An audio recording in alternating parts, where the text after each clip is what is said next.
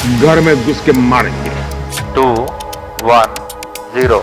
पूरी ताकत से बोलिए कि नींद हराम हो जा रही है। নরেন্দ্র মোদীর কপালে যেন ব্যর্থতার গ্রহটি স্থায়ীভাবে বসে গেছে। ভারতের জন্য সময়টা মোটেও অনুকূল যাচ্ছে না। যুদ্ধক্ষেত্র থেকে শুরু করে মহাকাশ অভিযানে একের পর এক ব্যর্থতার মুখে পড়ছে মোদী সরকার।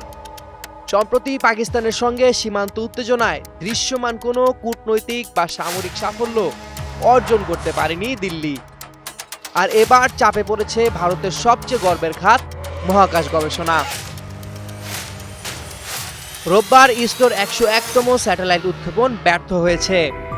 উৎক্ষেপণের মাত্র কয়েক মিনিটের মাথায় মহাকাশে হারিয়ে যায় EOS-9 নামের অত্যাধুনিক earth observation satellite.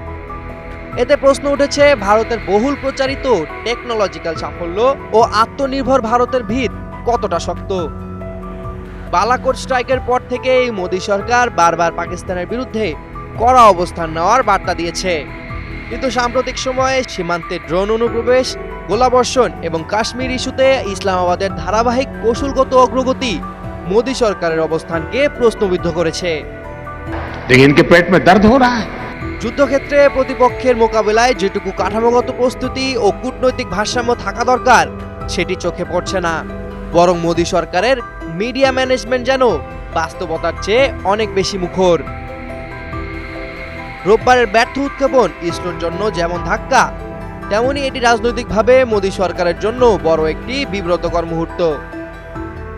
Polar satellite launch vehicle PSLV C61 সফলভাবে দ্বিতীয় ধাপ পর্যন্ত গেলেও তৃতীয় ধাপে যান্ত্রিক গোলযোগে মিশন ভেস্তে যায়।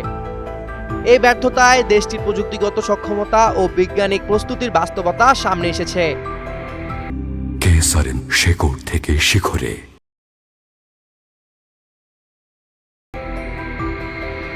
উল্লেখ্য, EOS-9 স্যাটেলাইটটি কৌশলগতভাবে অত্যন্ত গুরুত্বপূর্ণ।